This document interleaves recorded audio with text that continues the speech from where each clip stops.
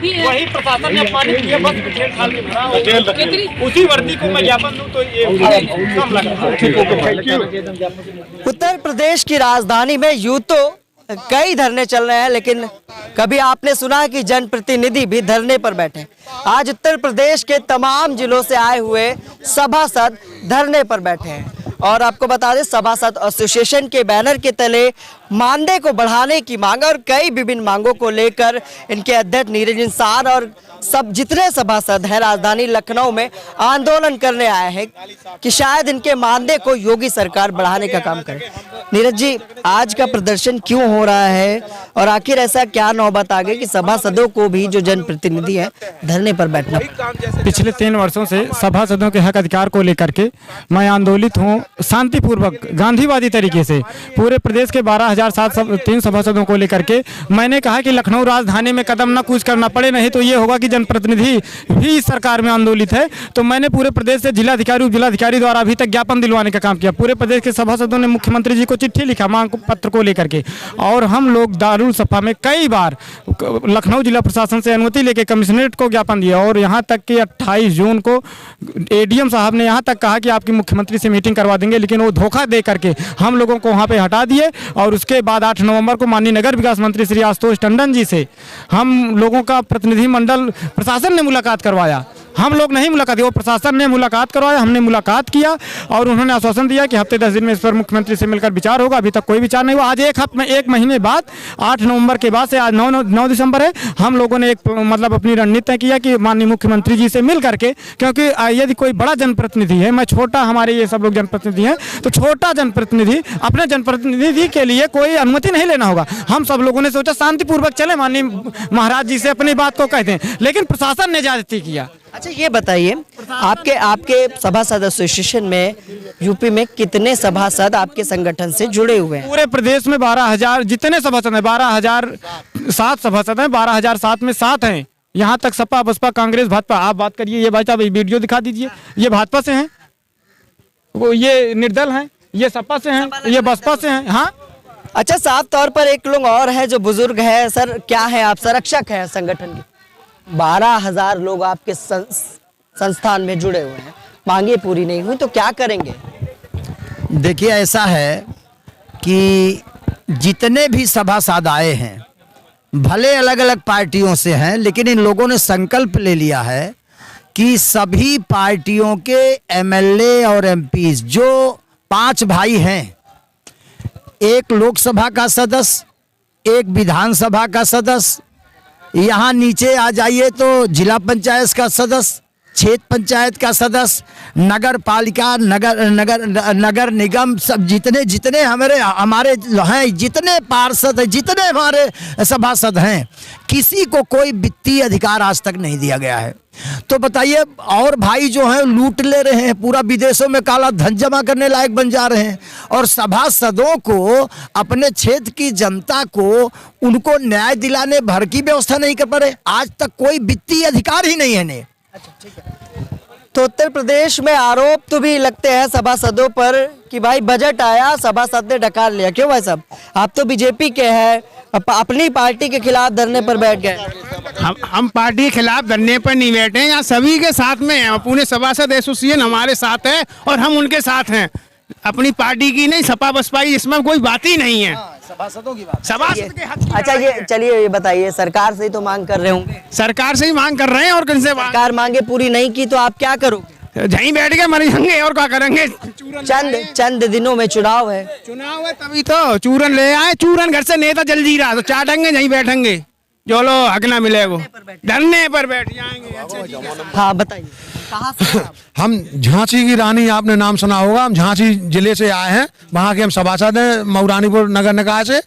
और हमारे साथ जो है विभिन्न सरकारों ने जांच की है और हमारा अधिकार हमें नहीं मिला है। जो अन्य मदों से जीत कर आते हैं, जनता के द्वारा जीत कर आते हैं, ग्राम प्रधान आते हैं, जिला पंचायत सदस्य आते हैं, क्षेत्र पंचायत सदस्य आते हैं, उनको सरकार जो है उनकी विकास कार्यों के लिए लाखों करोड़ों रुपया का फंड देती है कि आप जाइए और ग्रामीण क्षेत्र में विकास करिए।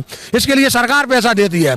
हम नगर निकाय से आते हैं, शहरों से आते हैं, और वहाँ पर जो है हमें जो पार्षद लड़ाई लड़ता है जो है बाढ़ के लोगों की, बाढ़ का सुख दुख हम 24 घंटे देखते हैं।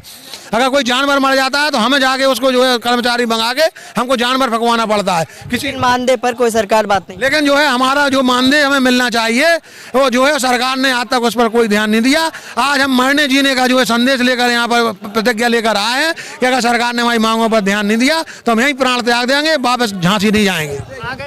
महिला भी है, महिला से भी बात करते हैं। मैडम ये बताइए कि बजट तो मिलता है ना आप लोगों को विकास करने के लिए? बजट होता तो हम यहाँ आते क्या?